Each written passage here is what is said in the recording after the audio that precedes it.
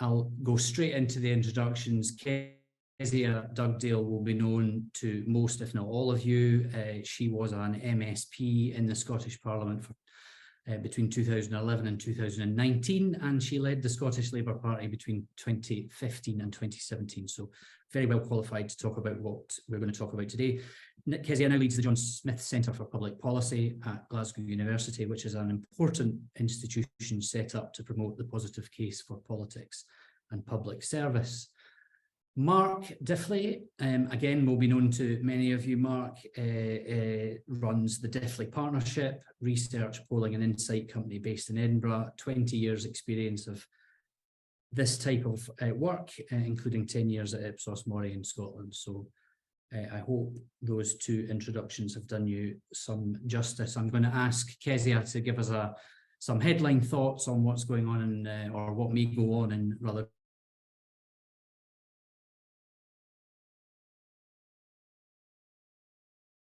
Thanks very much, Malcolm. As a bit of a political animal, I love a by-election, so a chance to take half an hour out to chat through some of the logistics is great fun from my perspective. But look, in my opening remarks, I just want to start with a bit of a reflection about why we've found ourselves where we are, and say a little bit about the Recall Act that has made this by-election possible. I worked out yesterday that it's been 1,040 days since Margaret Ferrier boarded that fateful train and committed the criminal offence, or the offence of breaching the COVID rules at the time. I think it's also worth noting that since that day, she has accrued an additional £250,000 in salary from the public purse, despite having lost her parliamentary whip. That's a real sum of money that should and would anger an awful lot of people. The only reason we have this by-election, though, of course, is because of the Recall Act, which was introduced in 2015, which allows a by-election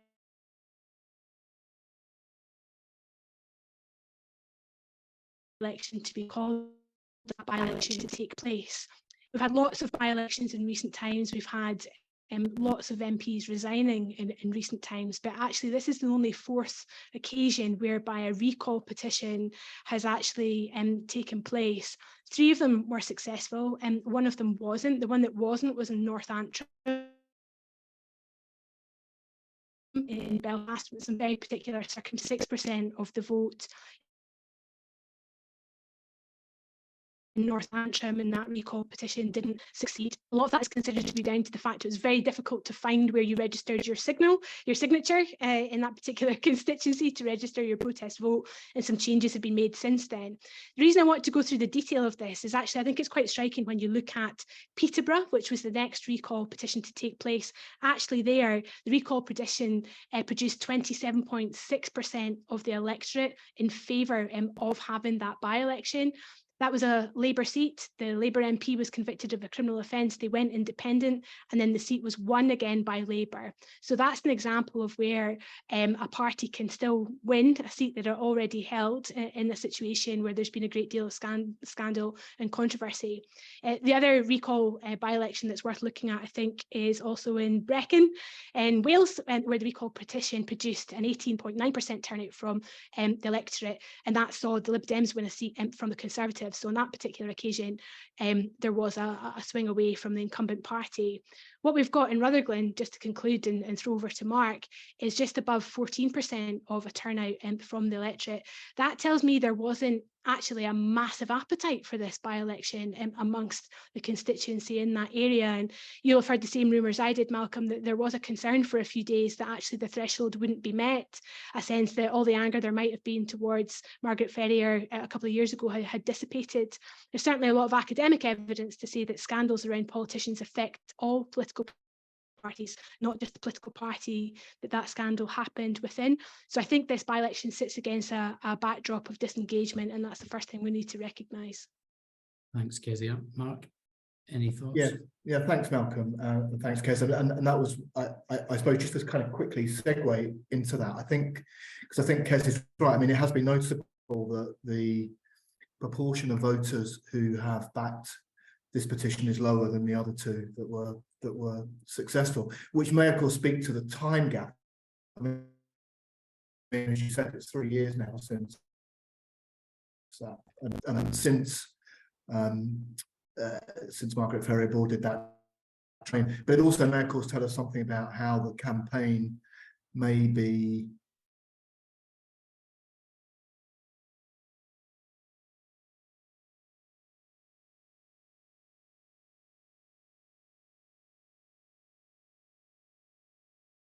just a couple of quick points on it, I guess, looking at numbers and thinking about the likely result.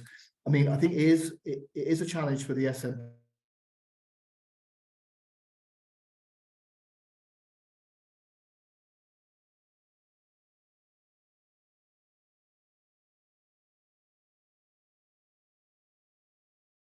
That expectations, and the expectation now is that Labour will win.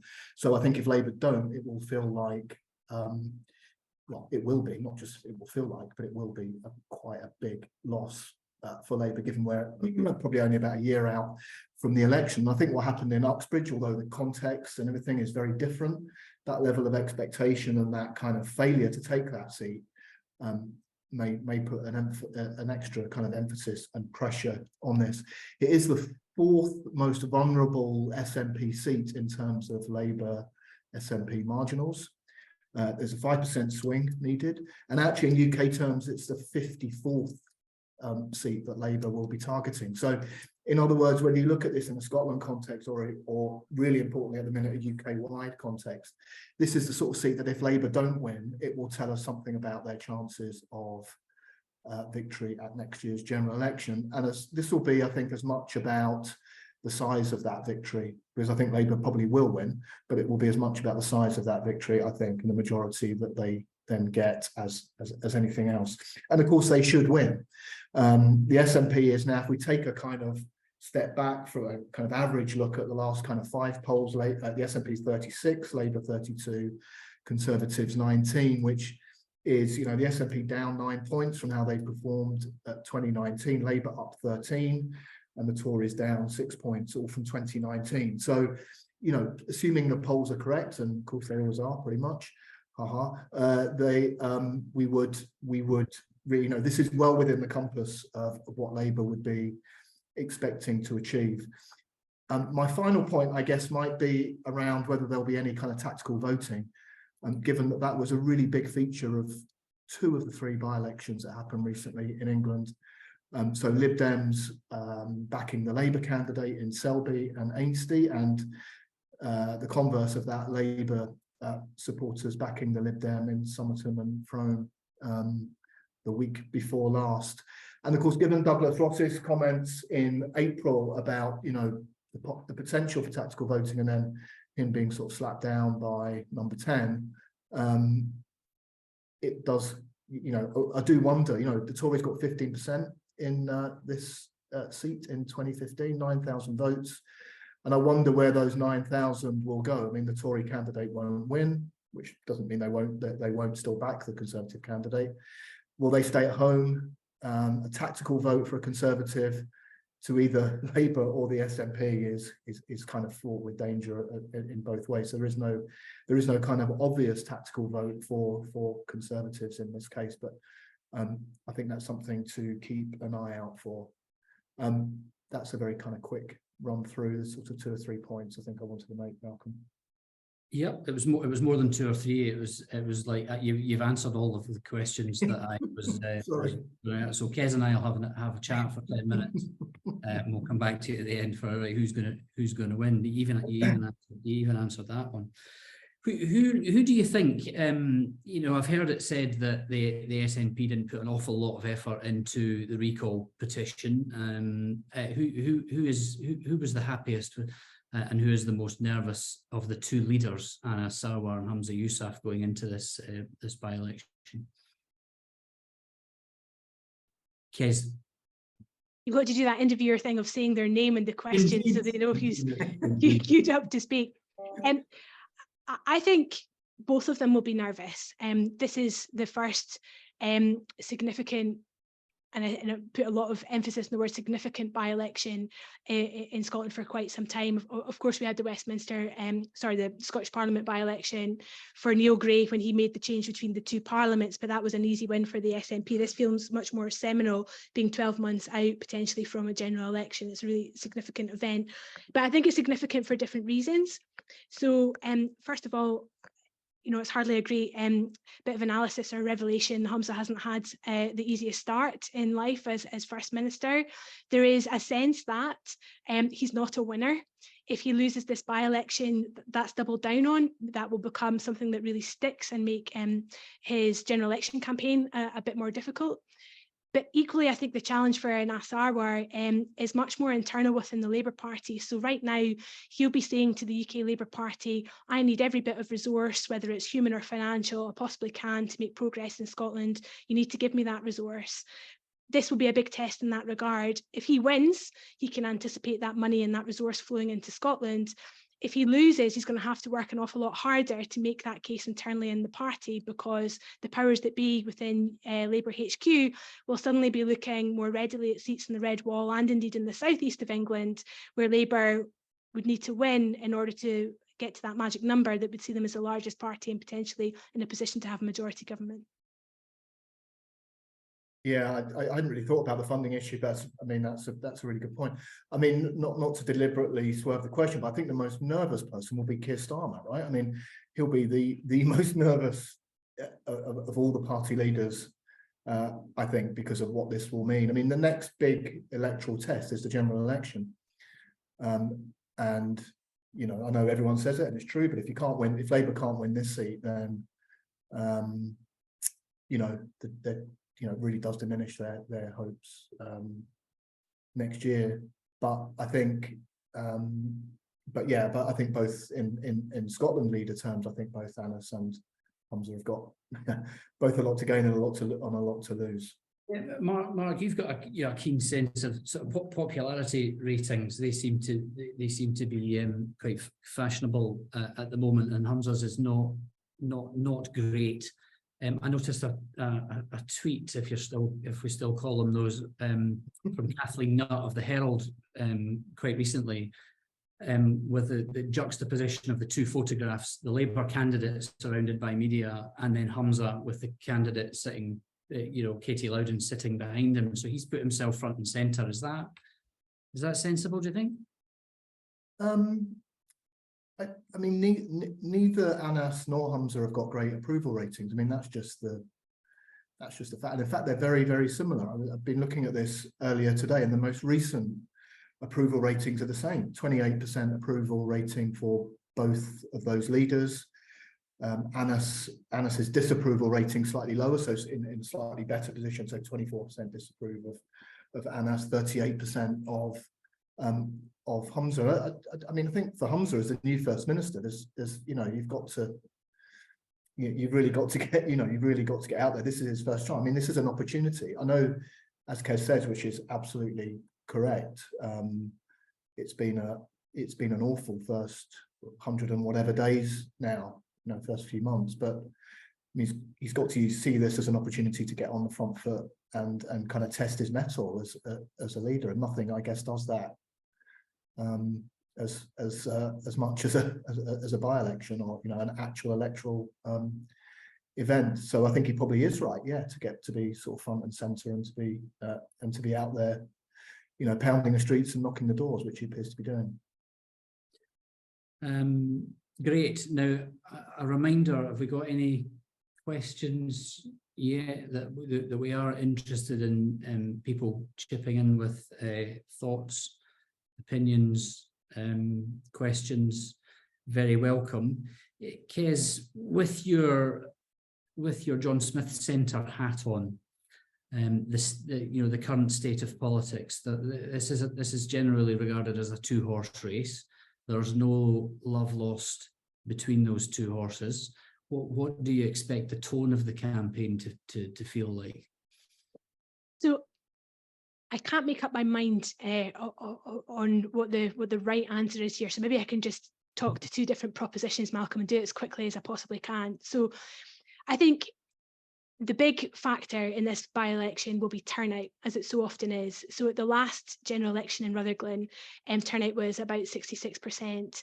Most by-elections, you're going to see something around the 40% mark, and that would be a high water day. I think we could expect this to hopefully be a high water day. We want as much participation as possible. The question then becomes, who stays at home and who's incentivized most to come out? And that takes you to what the core message will be from each of the respective parties. Now, if I were to sit within the SNP camp, I think their core message is going to be really obvious. They're going to play to their base. They know they've got 44% of the vote there from last time around. If they get 44% out on this occasion, they're on to a winner. And to do that, they should be talking about independence. They will heavily feature the two-child tax credit policy and the fact that you can't see the difference between Labour and the Conservatives on that issue from their perspective. I think you could, write the SNP's leaflets for them in that regard with Humza front and central. For me, it gets much more difficult to see how Labour will run this campaign. So they've got a very strong candidate. I know Michael Shanks well. He is a brilliant candidate with a brilliant backstory, a teacher, a scout. He's run every street in Glasgow and was featured on the BBC for it. He does a lot of work with very vulnerable children. He is very, very clean skin candidate as you could possibly hope for. Beyond putting him front and centre of the elect a local voice type traditional by-election campaign, Labour need to work out who their enemy is here. So they could say that this is a chance to send a message to the SNP and point to all the failings of the SNP and hope that that drives up Labour voters to turn out and register an objection towards the SNP. I wonder, though, whether they would be smarter to make this a by-election as a trial general election and go after the Tories and say, this is your chance to send a strong voice from Rutherglen to take on the Tory government. And here's all the things that Labour would do in power. And this is the first step towards getting the Tories out of office. That might be a more motivational message for Labour to put forward. It's not clear to me yet which of these two enemies they're going to pick, but I do think they need to pick one and stick with it. Great. Mark, you were nodding in agreement there. Yeah, I think I really agree with that. I mean, I was saying earlier, there are 9,000 Tory votes here up for grabs. The most, I guess, in a Scottish context, the most natural home, in inverted commas, for those would be Labour unless they stay at home. And I'm sure, as Kez says, I think that's right. I mean, when I was thinking about, well, how will both parties pitch this? It is much easier for the SNP, and I thought it was a relatively uncomfortable interview that Jackie Bailey had actually on GMS this morning for her, especially because she's not normally really good, and she was still good. But I thought it was a kind of quite illustrative, I think, of how the SNP will, raising some of the issues that I think the SNP will bring up here, and which are pretty obvious in the ones Kez says. So for Labour, the tone and the sort of strategy is more difficult, I think, in the way that Kez said, and I agree. I think running it as a dry run for next year is probably the best way of targeting those 9,000 Tory voters is probably the best strategy here. There's one thing maybe just to throw into the end of that, Mark. The difference between this by-election and the last one in 2019 is Labour doesn't have to work quite so hard to assert its position on the union this time around. I think Anas has done a good job of really hammering home an anti-Indy Ref 2 message. So all of those people in 2019 that felt they might have to stick with the Tories because they felt so strongly about their unionism might not feel the need to do that this time. That's certainly to Labour's advantage. And also, just to sort of following on from that, I think it is, I mean, the polling evidence, looking at Labour's surge in the polls in Scotland, which is nowhere near what it is in England for obvious reasons that we're all aware of, it has still largely come off the back of what happened to the Truss government last year. The big surge in Scottish Labour support, or Labour support in Scotland, was around the sort of autumn, winter sort of turn of the year, when the economy went on a downturn, when there was sort of political uncertainty down in London, and it is true that the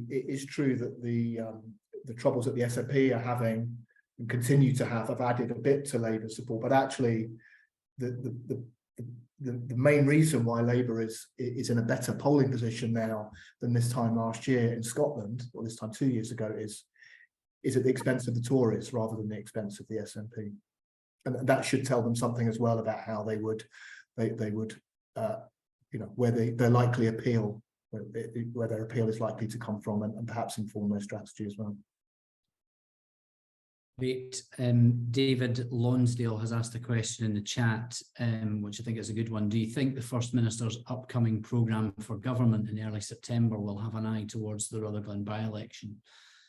Obviously, the party conferences come after the point at which that election may take place. No, I don't. I'm going to own that one and say no. I think it'd be a real mistake for them to do that as well. As much as this is really enjoyable, by-elections in the grand scheme of things really are small fry events in terms of long-term political trends. We saw that 2 Thursdays ago with what happened in England on the day of the tri-elections. You know, the Tories had a horrendous night, losing by substantial 5-figure majorities in both Somerton and then in Selby. But the immediate aftermath narrative was 7 days of drama for Keir Starmer about his relationship with Sadiq Khan in London. And then it's all gone away. And despite having lost 2 significant seats, Rishi Sunak's none the weaker as a consequence.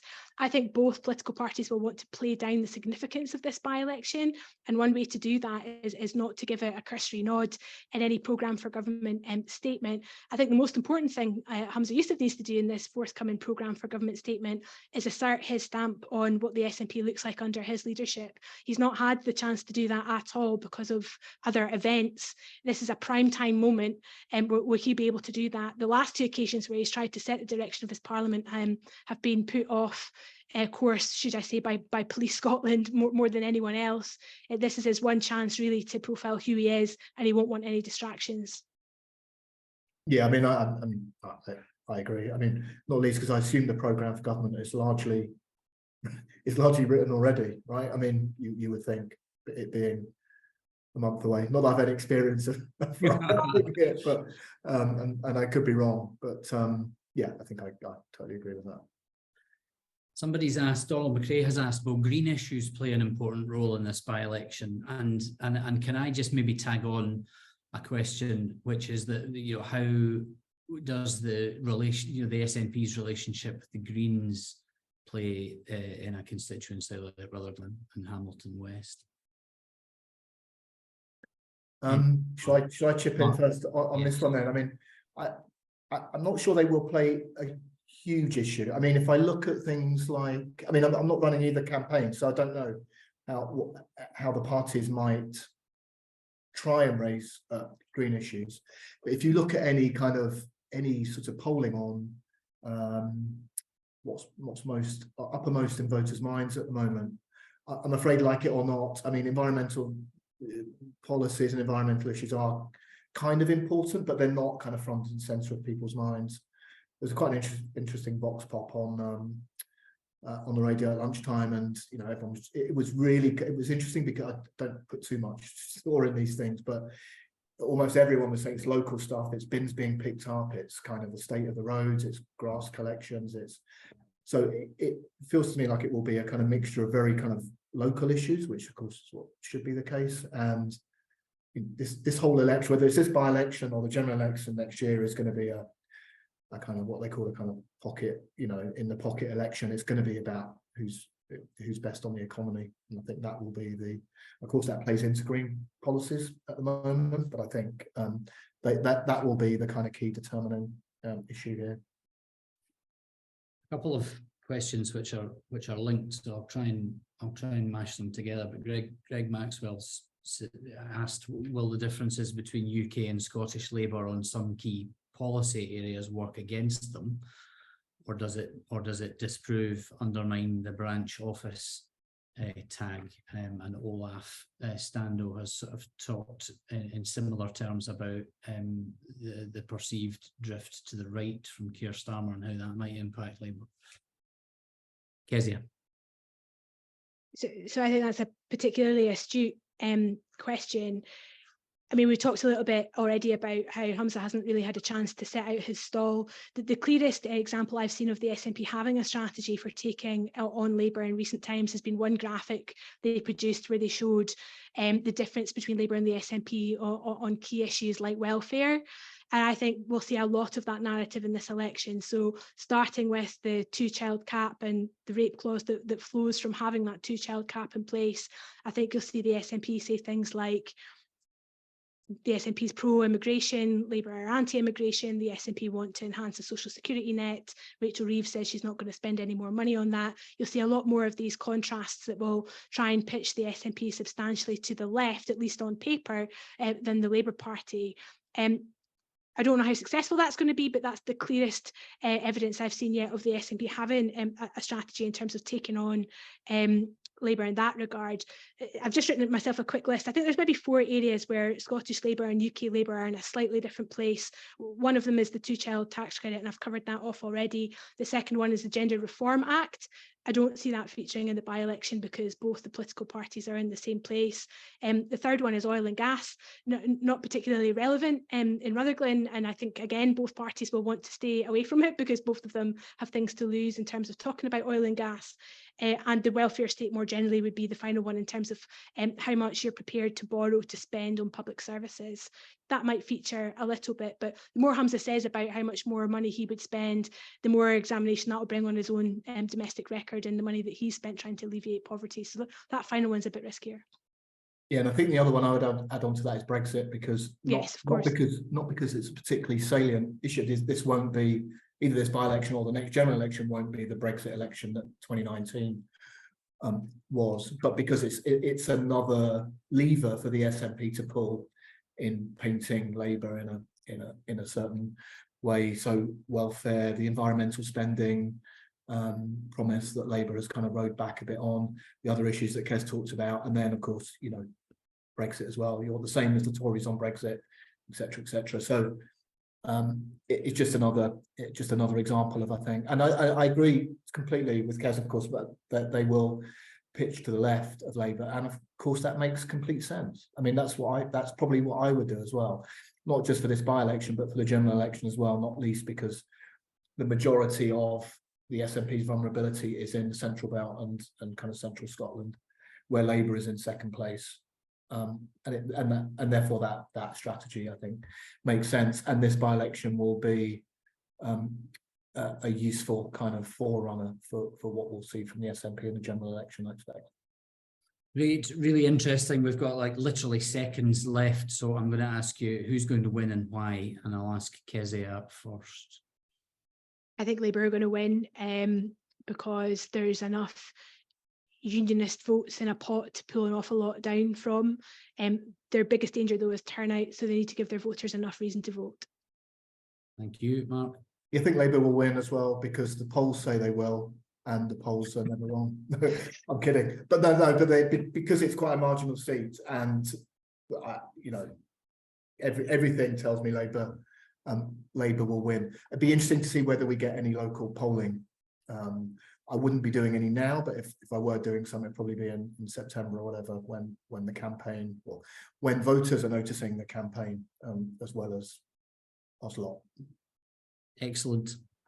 Well, thank you both very much, and thank you to everybody who took half an hour out of their day to come and join us and listen in. I hope you found that as interesting as I did. All of those of us who get excited about by-elections will carry on being excited about this by-election, and we'll keep you posted over the course of the long campaign. Thank you very much for your time. Bye for now. Bye.